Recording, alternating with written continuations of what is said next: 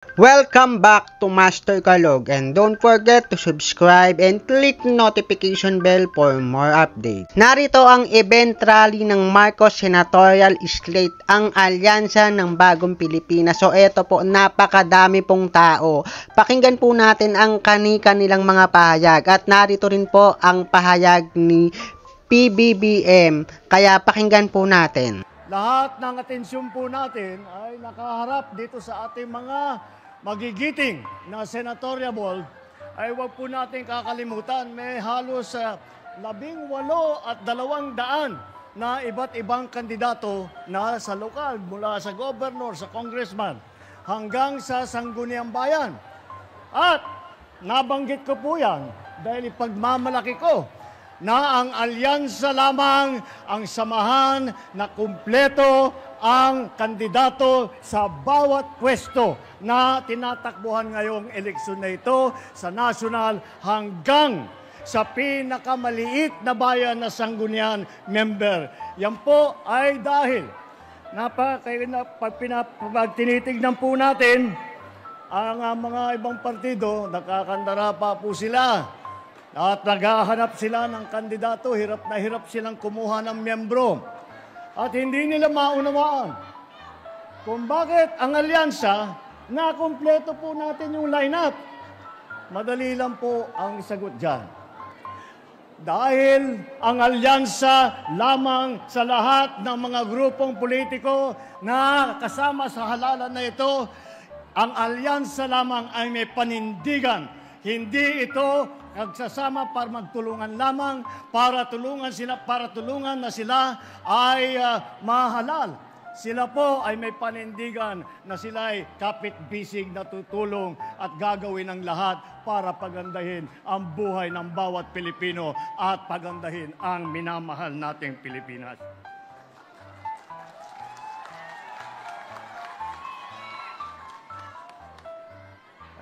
Kaya naman, malakas ang loob ko na magkampanya po sa inyo. Dahil pagka naman, kinumpara naman ninyo itong ating mga kandidato, ikumpara naman ninyo dun sa mga iba, wala tayong masasabi na hindi mo masasabi na kahit isa sa kandidato sa kanila ay mas magaling sa kahit sino sa kandidato natin para sa Senado. Kung kikilatisin natin, pagkikilatisin natin ng isa't isa ang ating mga kandidato, napakatingkad po, napakaganda po, at napakatibay ang kanilang kakayahan. Sila po ang mga pambato natin at sila ay magdadala ng pagbabago. Sila ang magdadala ng kapayapaan dito sa Pilipinas. Ngayon, pinagsama-sama natin ngayon lahat itong napakagaling na mga kandidato para sa Senado, ay nakaka-impress talaga ang kanilang pinagsama-samang lakas. Dahil po, unang-una, tignan po natin ang ating mga kandidato. 8 po sa kandidato natin ay naging senador na. Nandito po, Senator Cayetano, Senator Lacson, Senator Lapid, Senator Marcos, Senator Pacquiao, Senator Revilla, Senator Soto, Senator Tolentino. Naku naman, napakaganda ng pati ang mga record nila, at makikita naman ninyo, pagka unang araw pa lang na sila'y uupo, pag naluklok sila sa Senado, unang araw pa lang, hindi na po sila mag-OJT. Alam na nila ang trabaho. Alam na nila ang gagawin nila. Alam na nila ang problema na hinaharap ng ating mga kababayan. At alam nila kung paano gawin para bigyan ng kaunting tulong ang lahat ng ating kababayan. 7 naman ang galing sa mababang kapulungan sa House of Representatives na naging congressman. Nandiyan po, naging congressman po si Abby Binay. Naging congressman din po si Benhur Abalos, si Pia Cayetano, ang kapatid ko, si Amy Marcos, congressman din yan. Manny Pacquiao, congressman din yan. Erwin Tulfo, congressman din. Congressman Villar, si Camille, nasa kongreso ngayon.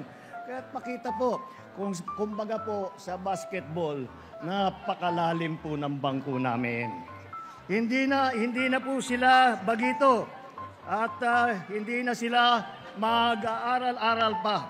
At ang iba, apat naman dito sa ating kandidato ay umupo sa cabinet position. Nandyan po si Benhur Abalos na naging MMDA, tapos naging DILG Secretary. Andyan po si Erwin Tulfo na naging kalihim ng DSWD. Si Senator Ping Lacson ay siya naman ang linagay sa Yolanda Rehabilitation Commission na tumulong pagkatapos na dinaanan po kami sa Region 8, dinaanan po kami ng kalakas-lakas na bagyo. At si Senator Tolentino ay siya naman ay dumaan din na nag-MMDA po. At masasabi ko, nabanggit na po natin ng Yolanda. Alam niyo po, yan ang record po ni Senator Tolentino sa MMDA. Nung nasa Leyte kami, nasa Tacloban kami, walang dumadating po na tulong.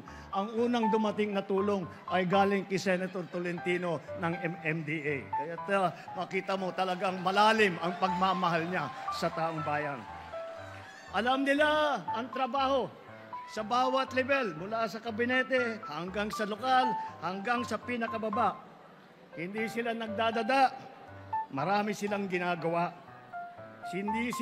They are not here to oppose, they are here to propose. Ibig sabihin po, hindi sila nandito upang makapagdebate lamang, upang paninira lamang. Sila ay nandito upang maghanap ng mga bagong paraan para tulungan ang ating mga kababayan. Tatlo naman ang naging gobernador sa malalaking probinsya. Ang kapatid ko, si Aimee Marcos, naging gobernador sa amin, sa Ilocos Norte. Si Paring Lito Lapid, naging gobernador sa Pampanga. O, naging gobernador. Sino yung naging gobernador ng Cavite? Kalaki-laki na probinsya. Governor Bong Revilla. O yan ang mga gobernador. Meron din po kami, mga city mayor, malalaking syudad. Mauna dyan, yung pinakamayaman na lungsod sa buong Pilipinas. Ayan, nakangiti si Mayor Abio dahil siyang namahala ng Makati. Kaya't kung pupunta po kayo sa Makati, ay nako, maraming mga pinamimigay at ang tulong na binibigay ng pamahalaan sa kanila. Libre lahat sa Makati. Yan po ang ginawa ni Mayor Abby Binay. Si Benhur Abalos, naging mayor din ng Mandaluyong. Narinig nyo naman po. Marami siyang natanggap na award, marami siyang natanggap na pagkikilala dahil sa kanyang performance bilang mayor ng Mandaluyong. At ang ating butihing Senador Tolentino ay naging mayor naman ng Tagaytay. Kaya't makita po ninyo, at isa pa na nadaan din sa LGU. Huwag po natin nakakalimutan kung minsan hindi po natin naaalala ito. Ngunit si Senator Tito Soto, naging vice mayor yan ng Quezon City. Kaya naman po talagang madaling masabi na handang-handa na itong grupo na ito.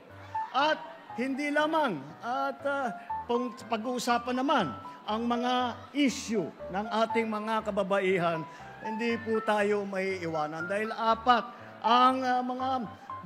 ang babae dito sa ating lineup. At hindi ito, alam niyo po, kilala ko silang lahat ng matagal. Palagay ko, itong ating mga babae na senador, palagay ko, mas matapang pa sa sundalo itong mga ito. Kaya makakatiyak po kayo, mga kababaihan, maririnig ang boses ninyo, at ipagtatanggol ang mga karapatan ninyo ng ating mga lady senators.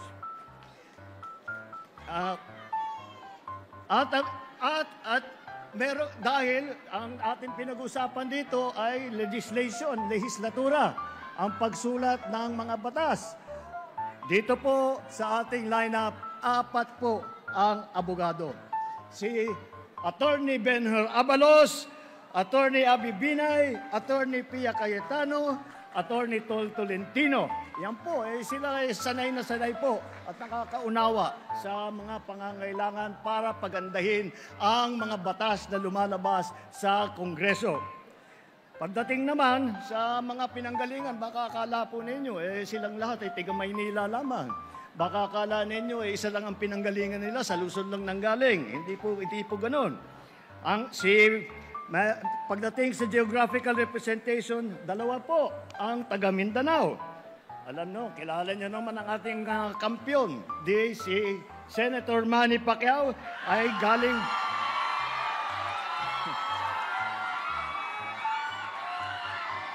Si Senator Manny Pacquiao ay galing Bukidnon, Sarangani at saka Jensan. Si Erwin naman, lumaki sa Davao Oriental, sa Sulu, mga probinsya kung saan nadestino ang kanyang bayaning ama. At isa pa, ang una pong Vicente Soto ay naging senador na galing naman sa Cebu. At alam naman siguro ninyo, ang nanay namin ni Amy, ang aming ina, mga 100% waray.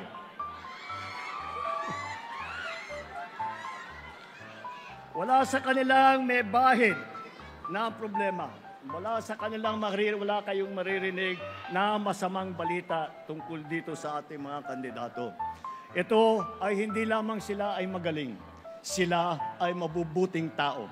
Sila ay mabubuting nagseserbisyo sa publiko. Wala sa kanila ang may bahid ng dugo dahil sa tukhan. Wala sa kanila ang kasabwat sa pag-aabuso na binulsa ang sako-sakong pera, pinagsamantalahan ng pandemya, binayaan na magkasakit at mamatay ang ating mga kababayan nung panahon ng COVID.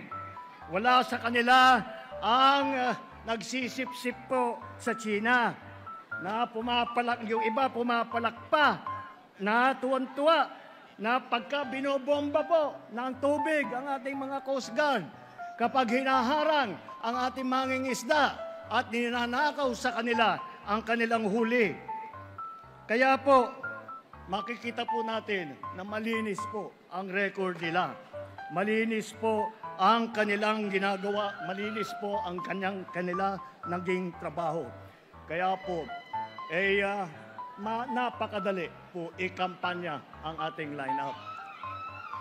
Marami pong nagsasabi na ang midterm election daw ay hindi masyadong mahalaga, hindi masyadong importante dahil hindi naman na magbabago ang Pangulo.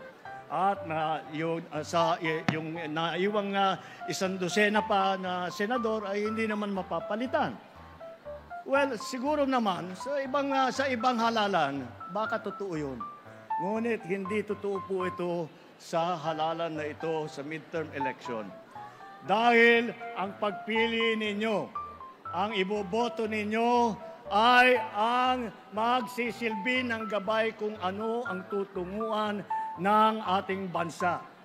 Babalik ba tayo sa nakaraan na ibinubugaw ang ating bayan bilang isang sugalan ng mga dayuhan? Babalik ba tayo sa landas na umaapaw sa dugo ng mga inosenteng mga bata na inakyat sa bahay, inagaw sa kanilang mga ina at kinuha ang kanilang kinabukasan? Alam nyo po, dalawa po ang pagpipilian na ngayon natin. Mamimili ba tayo na babalik tayo sa panahon ng lagim o tayo ba ay tutungo patuloy sa ating kinabukasan na maliwanag, na mapayapa at maganda para sa lahat ng Pilipino? Hindi po namimili kung sinong uunahin, hindi po namimili kung sinong sikat, kung sinong mayaman, basta't Pilipino, tinutulungan ang Pilipino. Yan po ang panindigan po ng alyansa. Kaya't po, pagdating ng Mayo, isipin po ninyo na ang bawat boto ninyo ang magbibigay sa atin ng magandang kinabukasan, ang kinabukasan na ating lahat na ilayunin natin na mapaganda ang buhay ng bawat Kaugnay sa event ng rally na ito sa Marcos Senatorial Slate 2025, ano ang masasabi mo sa kanilang mga pahayag? Nasa comment section, ilagay nyo lang po ang inyong mga opinion, katuwiran at mga gusto pong sabihin. Don't forget to subscribe, like, and share. Thank you for watching.